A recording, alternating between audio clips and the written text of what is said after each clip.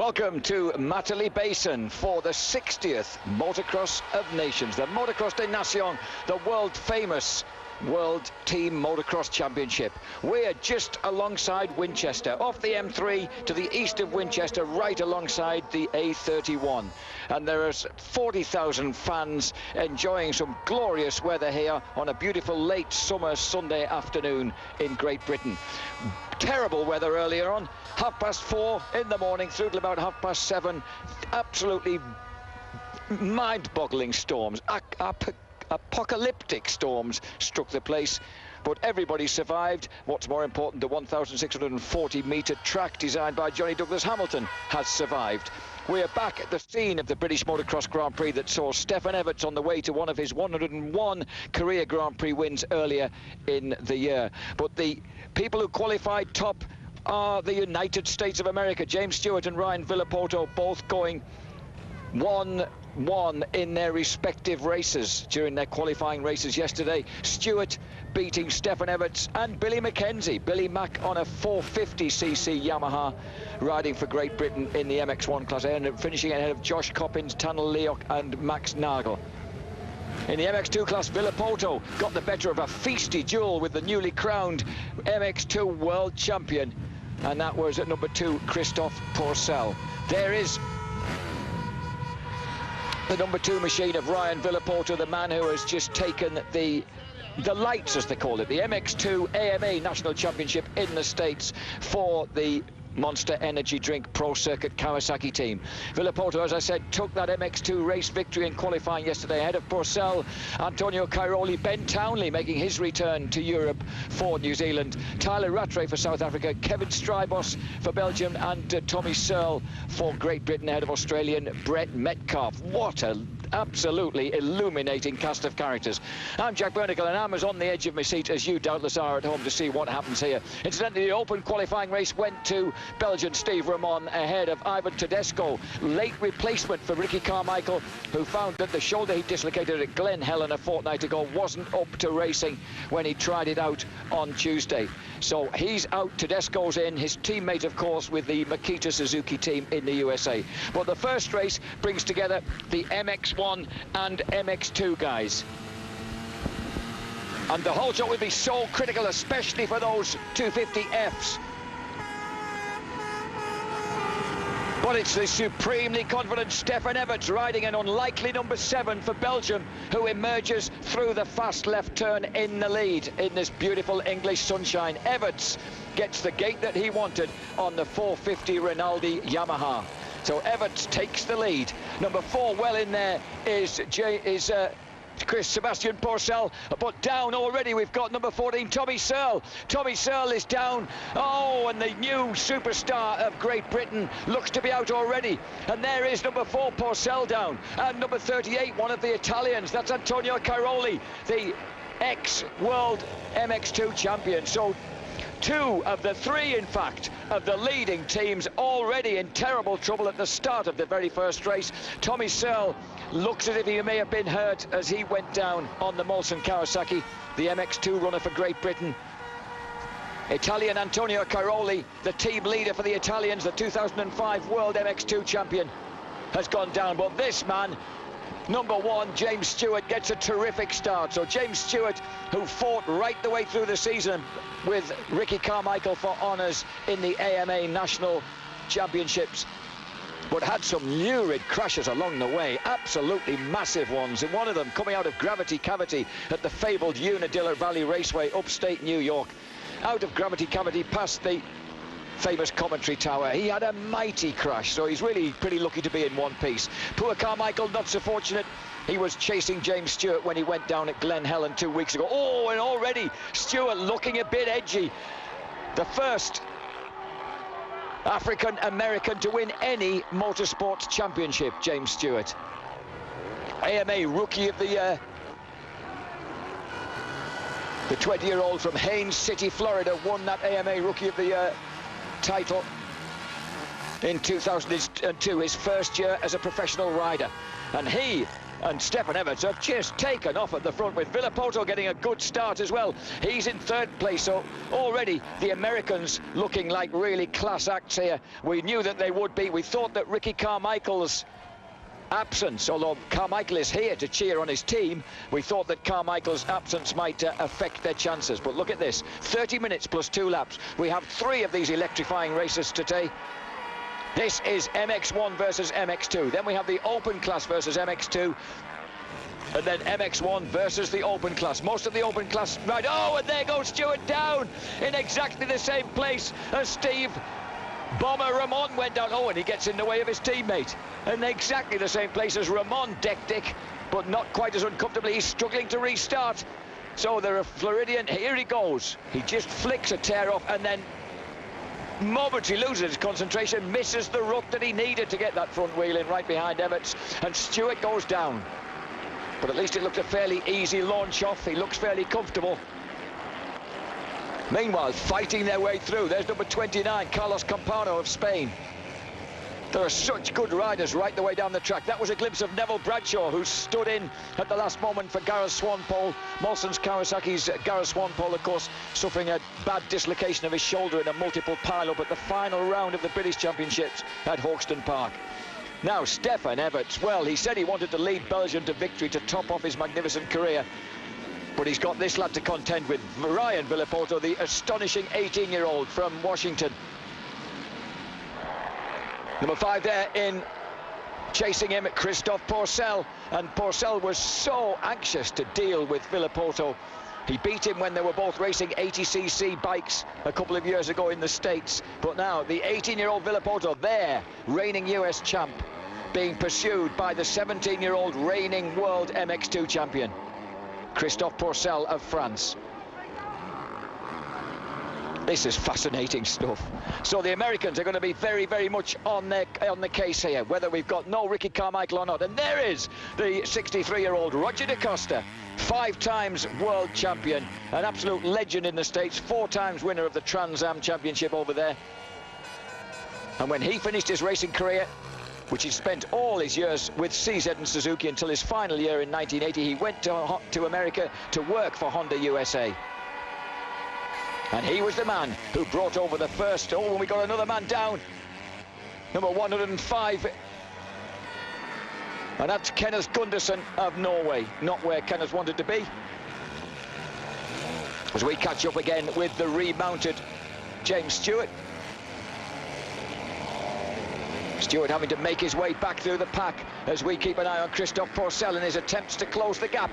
He's arrowed his way through now, past the number 11 machine of Ben Townley. So Ben Townley was in the way, his predecessor by 2 years as world MX2 champion. Ben Townley, of course, I'm not used to seeing him on a Kawasaki. He's riding for the Monster Energy Drink Pro Circuit Kawasaki team, and more importantly today for New Zealand. But he's been passed into third place. Townley there, the 21-year-old from New Zealand, now living in Tallahassee in Florida. BT has been injured most of the year, but when he did manage a couple of one-off rides in the AMA Outdoor MX Light Championship, their MX2, he managed to finish on the rostrum. One of those rostrums where he was 3rd overall at Redbud. And he's certainly very happy to be back here. He was actually at the final round of the World Championships a week ago, cheering on his great mate, Josh Coppins. Josh, of course, eventually 7th in that series after missing the first half of the year. Oh, look at Villopoto catching the Yamaha as he lands off the tabletop. And these two kids, this is nothing. This is to do with personal pride as much as it's to do with national fervour. Frenchman Christophe Pourcel. The French, of course, fought a hard battle with the USA at Ernay in France last year and came off 2nd best. A little unluckily, actually, because it took the brilliant Sebastian Tortelli to be downed by Ivan Tedesco in the 3rd race. So that, and it was important for Tortelli to get a good score. It didn't matter that Tedesco didn't. Evans, Villopoto, Pourcel, Townley. Stewart is back up in 5th place. ahead of Coppins. David Philipparts for Italy, Max Nagel for Germany, Tyler Rattray, the first of the South Africans, Finn Antipyrinen, the great Brit Billy Mackenzie on a 450 Yamaha now, and then Kevin Strybos riding the 250F Suzuki ahead of Tanel Leok, 450 Kawasaki for Estonia. Daniel Reardon for Australia, Agar Leok on the 250F bike for the Estonians, and in 19th place Martin Kohut, who of course rides for Slovakia but is out of Ireland and part of Roger McGee's Wolfsport Honda squad. Marco Dube of Canada right the way back down in 28th place, and 31st place for Brett Metcalf, who's been showing so well, of course, since he went off to the States. 6th in the AMA MX Lights Championship. And look at this comparison in styles. There is Christophe Pourcel trying to hang on to Villopoto. Just behind them, another former world champion. And then the next man into view, James Stewart, recovered from that prang. Stewart says it's really nice to be over here, but it's particularly cool landing over here for the first time and being able to wear the #1 plate. That team, of course, last year was Ricky Carmichael, Ivan Tedesco and Kevin Windham. Windham was one of the guys in the frame, but eventually the nod was given to Carmichael, this man James Stewart and Ryan Villopoto.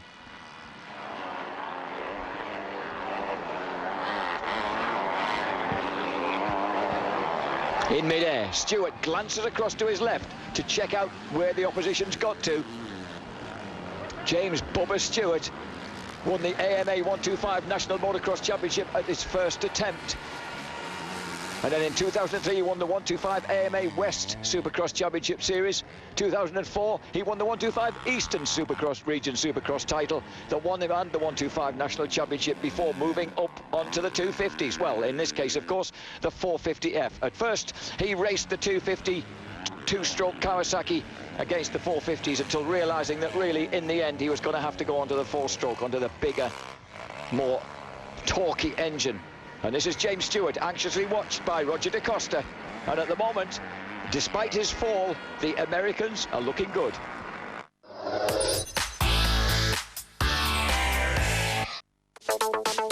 October on Eurosport 2. Welcome back to Matterley Basin, and James Stewart just being a little more careful as he drops into the rut at the bottom of that incline. Stefan Everts. He is looking to lead Belgium to what would be their 15th Motocross des Nations win, which would be one behind Great Britain on 16, the USA on 16. But right now, oh, and Stefan gets it a little bit cockeyed at the end of the whoops there, but just calmly holds on to it. Past few weeks, unusually for him, he's been resting a bit between races and letting his body relax a bit rather than hammering himself through his remorseless training routine. The immaculate, shortly to be 34-year-old. And really, look, watch this. This was a nasty moment. Oh, yeah. But calmly and without his foot ever dropping off the foot peg, he just sorts the Yamaha out. Unusual and astonishing announcement was made yesterday here. Stefan Everts is to be the race supervisor, the race director for KTM in 2007. KTM proudly made that announcement. Pit Beyer and the double world champion from Austria, Heinz Kinnegadner, introduced Stefan Everts at a especially reconvened press conference to announce that he indeed was to be their race supervisor in Europe for 2007. Now that's the gap between Villopoto here and Christophe Pourcel, and at the moment Villopoto, who they had some doubts about the sheer inexperience of. I mean, it's the first time he's come abroad. The kid only actually started racing professional motocross halfway through last year. He took in the last 4 rounds of the championship. But of course, Christophe Pourcel right there behind him is also a relatively inexperienced man. And this is James Stewart catching Ben Townley now. So BT, with very, very little actual race practice recently, only managed to do 2 AMA National Championship rounds, both times on the podium, but they weren't consecutive ones, because after injuring himself badly earlier in the year, he then did what he called a 3rd-degree separation of his shoulder, which put him out again. So he's come back off a 2nd injury to race for New Zealand here. And the current standings. which you may well have glimpsed before I did, because I was watching this battle going on. Here comes James Stewart trying to find a way round Ben Townley. Townley, of course, gave Ricky Carmichael a huge run for his money, riding on the 450 KTM last year at Ernay. He made a huge impression on the Americans, but he hasn't made a huge impression on that American, because the Floridian 20-year-old James Stewart on his 450 factory Kawasaki bounds past the 250F Kawasaki of Mitch Payton's Pro Circuit team, ridden by Ben Townley.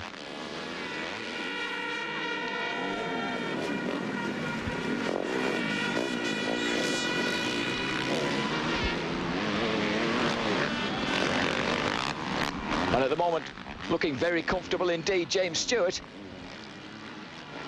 It was said this track, it has a feel about it of an AMA outdoor national circuit, and it was fancied that it might suit the Americans. Certainly suiting this fella.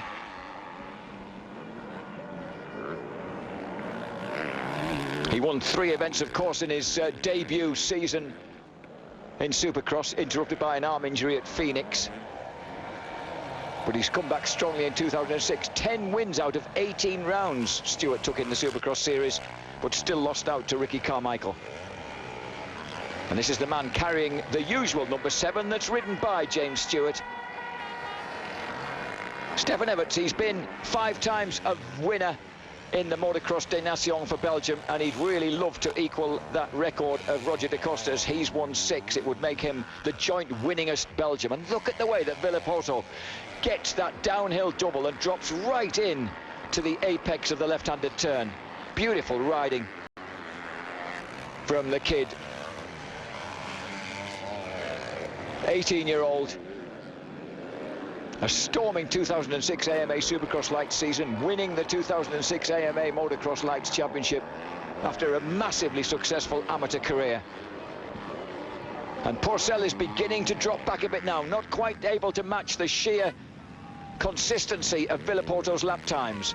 Frenchman number 5. Incidentally, you'll notice that it was, I forgot to mention, Sebastian Pourcel, originally the 21-year-old brother of this kid, selected for the squad, was then dropped in favour of Mikhail Pichon, and as a kind of protest, oh, and here comes Bubba Stewart. Stewart's closing that gap on the world MX2 champion.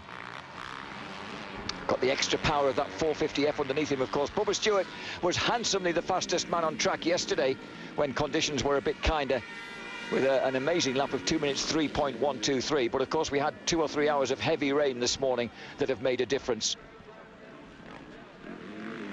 We catch up here with number 37, David Philippats, who's going into MX1 next year with KTM and is riding the MX1 450 right here. The 250F of number 11, Ben Townley, leading the New Zealand charge, with Josh Coppins a couple of places further back. So the New Zealanders are looking good. They've only ever been on the rostrum a couple of times, you know, in this event. Talking of which, Belgium have been on the rostrum 49 times out of 59 runnings of the event. So they are looking for a 50th podium, and of course you know which step they'd like to be on.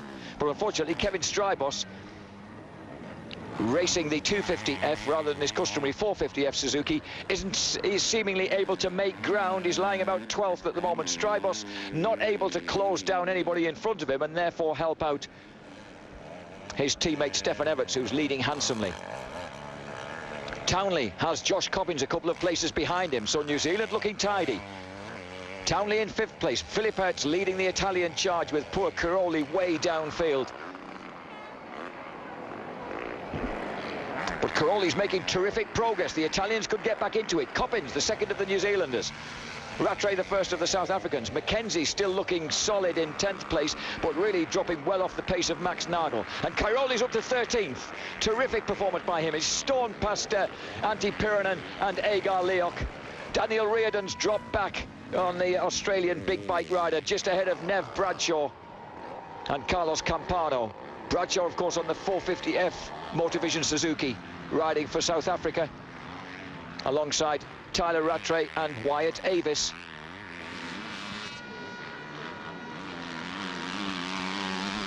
Brian Villopoto had a huge set-to with Mike Alessi. Alessi just charged away into the lead of the American AMA Lights division.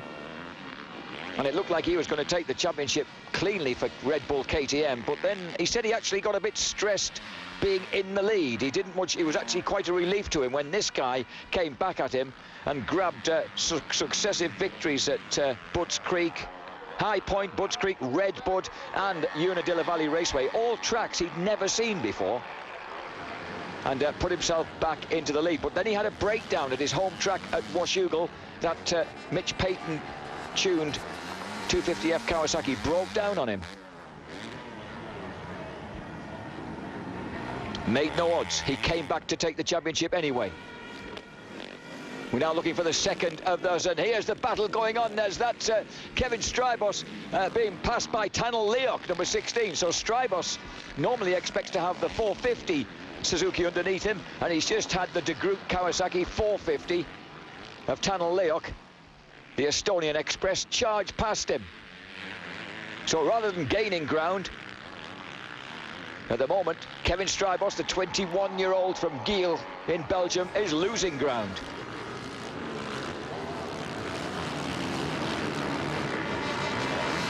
Belgium still in a pretty good position, but not good enough. Look at that, the USA with a handsome 6-point lead over Belgium and New Zealand.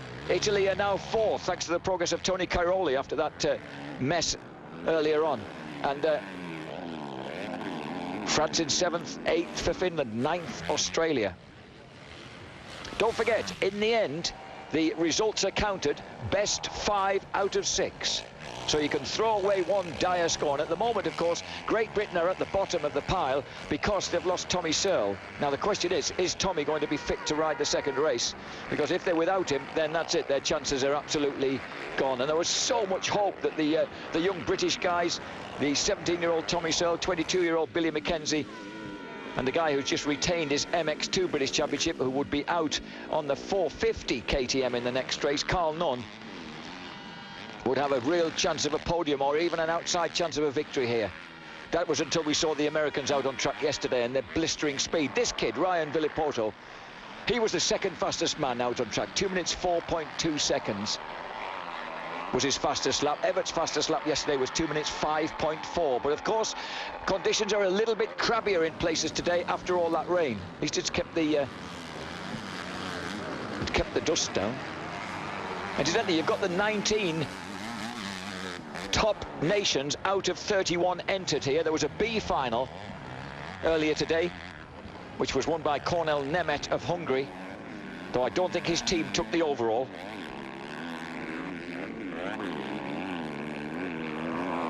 But the B final, of course, was 12 nations who didn't manage to come through.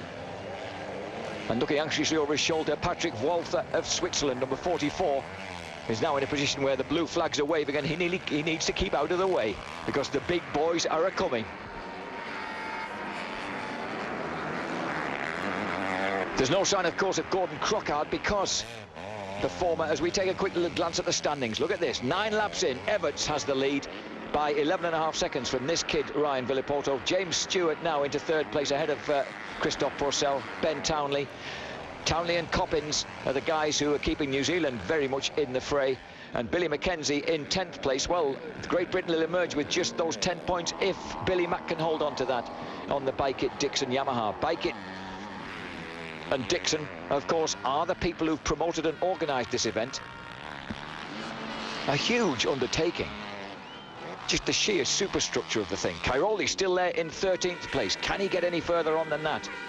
He wouldn't put it past him. He's got Kevin Strybos and Tanel Leok and Billy McKenzie ahead of him. And Jonathan Barragan's having to fight his way through for the Spaniards. He would have been one of the he would have been the linchpin of the Spanish team, you would have thought, but another victim of that fracas on the first lap. Everts, who had that dream finish to his career with his 101 Grand Prix, no sign of a Dalmatian, but 101 Grand Prix victories at Ernay in France. And there is the man whose records he beat, 63-year-old Joël Robert, 6 times World 250cc motocross champion, 50 times a Grand Prix winner, one of the great beer-swilling, cigarette-smoking heroes of 1960s and early 70s motocross, and the man who inspired this guy, Stefan Everts, when he was a kid. Joël Robert is the Belgian team manager. He looked fairly resigned to things, didn't he, at the moment? There he is on the left-hand side. He was a wizard. When he was a 20-year-old riding for CZ, 1964, he won the first, he was the youngest ever world champion at that time. And look how difficult it is for the guys who are about to be lapped. You realise just how tricky it is. Now, Stephen Everts doesn't much care for people getting his way, does he? That's Yohei Kojima of Japan. The Japanese doing well to qualify. We welcome back Akira Narita, who was, of course, rode a season or two stateside. And, of course, the absolutely lovable Yoshi Atsuta, who came over as a 24-year-old double champion from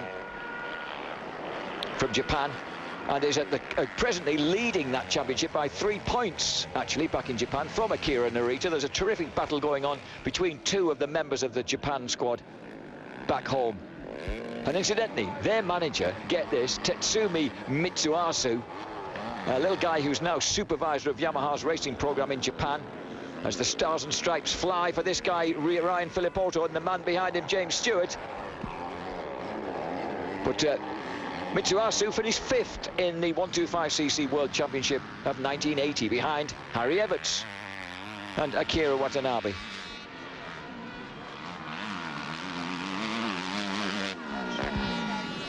And that was for Yamaha.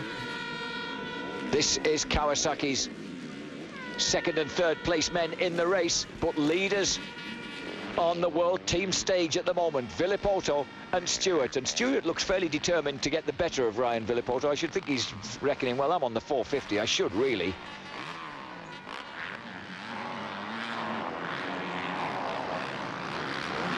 James Stewart obviously made of India rubber, because he's had some really massive prangs in the AMA Outdoor Nationals, and he somehow bounced and survived them. Although it has to be said that when he crashed in practice at Unadilla, he never came back out to race. Both his bike and himself were far too second-hand to race that day. An almost identical balletic approach by the two lads. Roger Da Costa, though, always has that anxious look on his face. He's a lovely, lovely man. Just loves the sport and everything about it. And since 25 years it is, since 1981, when he personally got together that 4-man Honda US squad that came over and won the trophy, because there used to be 250cc and 500cc events, the trophy and Motocross de Nation in successive weekends for the States. And that was the first time they'd won it. They had finished runners-up twice in the 70s. Back in 1974 with Brad Lackey and the late, lamented, recently deceased Jim Pomeroy. And again in 1977, they finished second. But it was 1981 when they started an amazing run of 13 successive victories, until the British came out of nowhere at Roggenburg in Switzerland in 1994, as we see a pile-up that I think involves two of the back markers rather than any of the front men.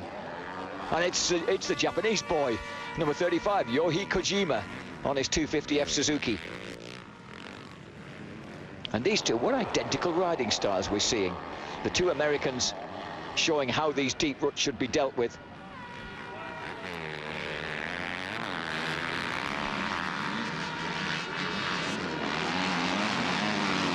James Stewart looking for those smoother lines, trying to get out of the roost of the bike ahead of him.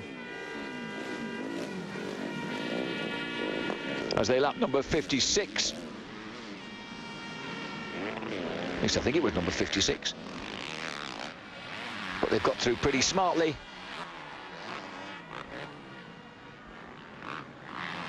And this now a battle for second place, but really the States are going to go into the clubhouse with a score of 5 for second and third places if these two lads just stay on two wheels.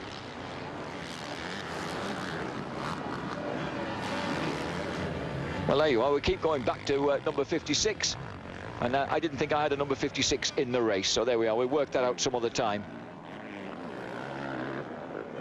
Fantastic setting here. When everybody first arrived late in the week on Thursday, there was some torrential rain, and then there was a beautiful day on Saturday. Friday was wet, yesterday was lovely.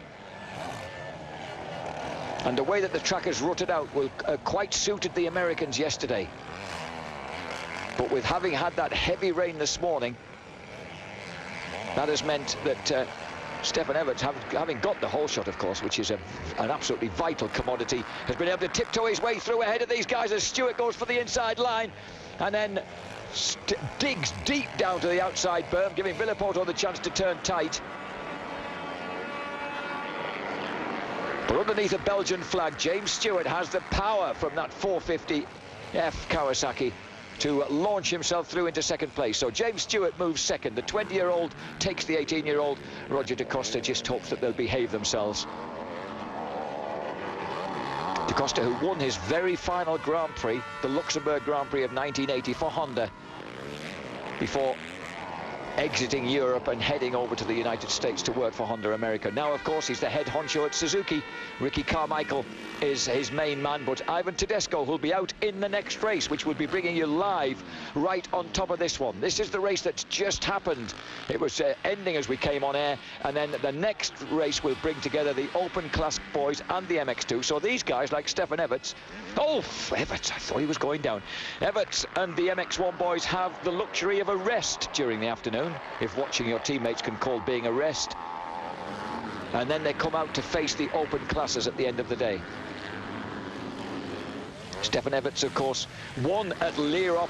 That was Steve Ramon, we caught a glimpse of them. Steve Ramon with Stefan Everts and Kevin Strybos were the winning team at Lierop on October the 2nd and 3rd, 2004. The last time that Belgium won. The Americans, of course, hadn't sent a team over that year. And that day, Belgium beat the Netherlands, France, Estonia and South Africa. The Netherlands, astonishingly, haven't qualified for this main race. Mark de Rover riding a very special 450 KTM rather than his usual 250 bike in preparation for taking over on this team, on Stefan Everts' team next year, of course, with Michele Rinaldi's Yamaha squad. He wasn't able to do enough to get his team through. Bas Verhoeven and George Strick were way out of time, and that meant that the Netherlands were demoted to the B final. What an extraordinary insult to them and their team manager, the double world champion, John Vandenberg.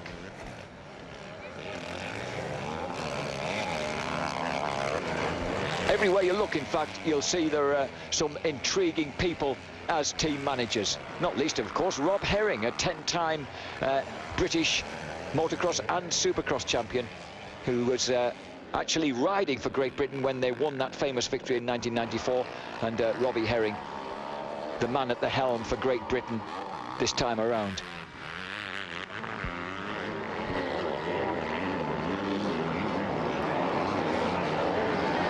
Stefan Everts consistently lapping, his lap times absolutely reflecting those of this man, number one, James Stewart. And Ryan Villopoto being towed along by his teammate now, so they're looking very comfortable in second and third places.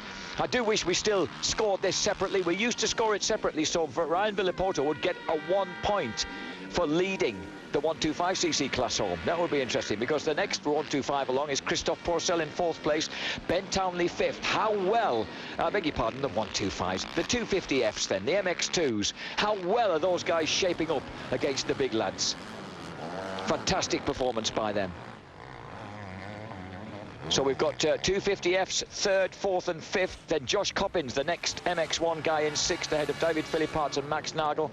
And then it looks as if Billy McKenzie has dropped downfield. Billy McKenzie has dropped back to about 13th place, and Cairoli now is storming through on Kevin Strybos and Tanel Leok. So Cairoli goes top 12 with 2 laps to go, and in fact Tanel Leok and Kevin Strybos are really feeling the heat from the Decali Yamaha of the 2005 MX2 world champion Antonio Cairoli. And of course all this matters so much in counting up those precious points at the end of the day, because each team could drop just the 1 score. Every other matters.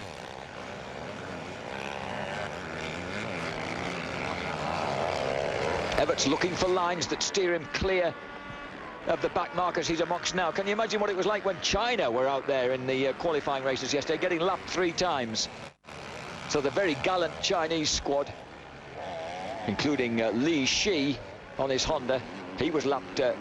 He was 3 laps down at the end of 12, for example, with a best lap of 2 minutes 56, which was about 52 seconds off the pace. They weren't really, it didn't look as if they were allowed to leave the ground. Look at this, 14 laps in. Philipparts, Nagel having a really good race, it has to be said. And this is Kelly with Michele Rinaldi, background left there. And Cairoli's got through. Cairoli through to 10th place. Strybos and Leoc have been trodden on by Antonio Cairoli. He's stormed through from right at the back of the field. What a great ride by the scalding little Sicilian. So he's rescuing Italy.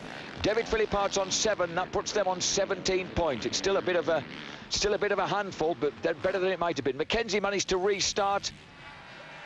He's in 13th place. There wasn't only Steve Ramon in that box, incidentally. There was Marnie Bavote, who, of course, was part of the team when the amazing Mudfest of 1998 was last in England. That's Steve Ramon. He's next out.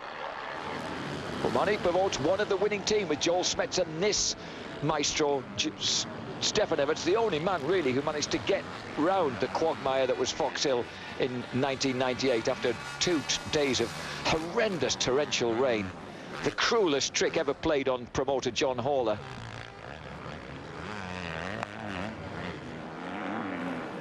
And we've got another man burying the nose of his bike in the trackside there, as Stefan Everts goes into his last lap. And of course, what everybody, the fans of Great Britain and everywhere else, were looking forward to was the opportunity of seeing Stefan Everts take on Ricky Carmichael, 2 outstanding competitors with 10 championships apiece, one of them in the world, one of them in the USA, who are retiring at the end of this year from full-time competition. Although you can see Stefan Everts one more time. Remember the Western Supermare Beach Race, October the 22nd, the weekend of the 21st and 22nd. But not only Stefan Everts, Tyler Rattray and Joel Smets are going to be out there. And on Saturday, Gordon Crockard, if he recovers, because Crockstar has suffered a horrendous concussion. He was taken out in a huge first-lap crash when someone landed on his back and his head on the opening lap of his qualifying race yesterday. So Ireland completely out of the tournament. And Gordon Crockard is going to put in an appearance as a sidecar passenger for charity. So go and see the Crockstar on the Saturday in the 3- and 4-wheeled race. And this guy, Stefan Everts, winner in 2004 of the Western Beach Race, will be back for his absolute swan song in the United Kingdom. Great Britain then on 13th place because they lose 40 points for a DNF. How cruel is that? So Billy Mackenzie's 13 points becomes 53 because of Tommy Searle being laid out on the first lap.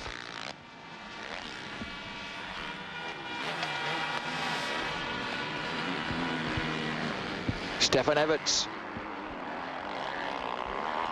It was a long time before he won a Motocross des Nations, you know, because the first Motocross des Nations that he was a part of with Dirk Gerkens, Jackie Martins, back in 1990, they finished second to who else but America. 1991, second again with Bavots and Gerkens to the USA.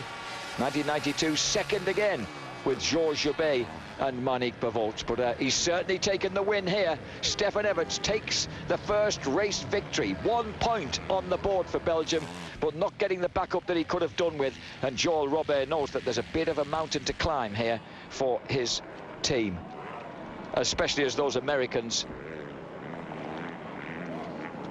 have done the deed by coming in second and third.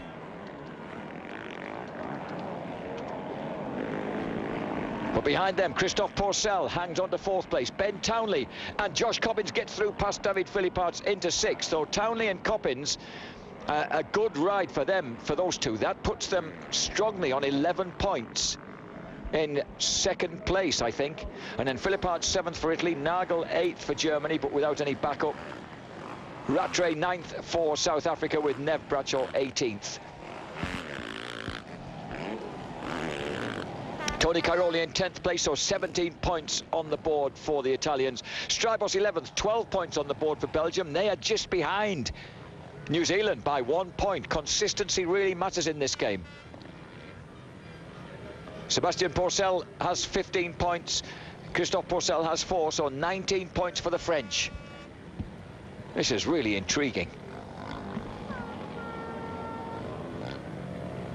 And of course, remember, what a magnificent sight here. Matterley Basin, just outside Winchester. Brings back memories of that wonderful song, Winchester Cathedral.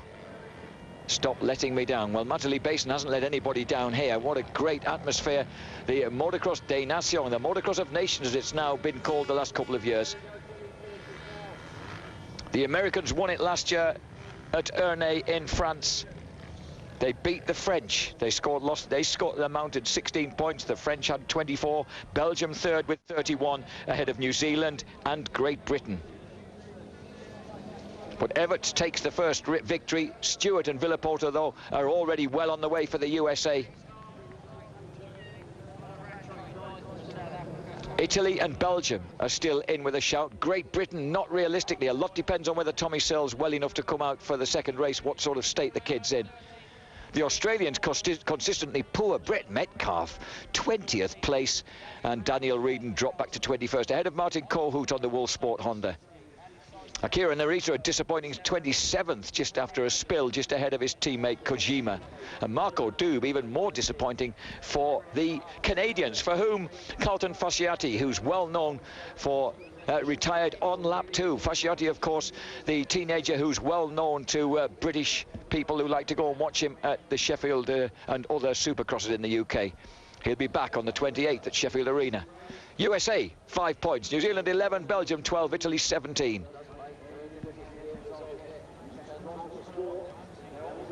In fact, we could have done with those points just on there a little longer, so we could have seen what's going to happen when we get into the next race, because of course when the next race comes along, it's going to be really crucial which points are where for the teams at the moment.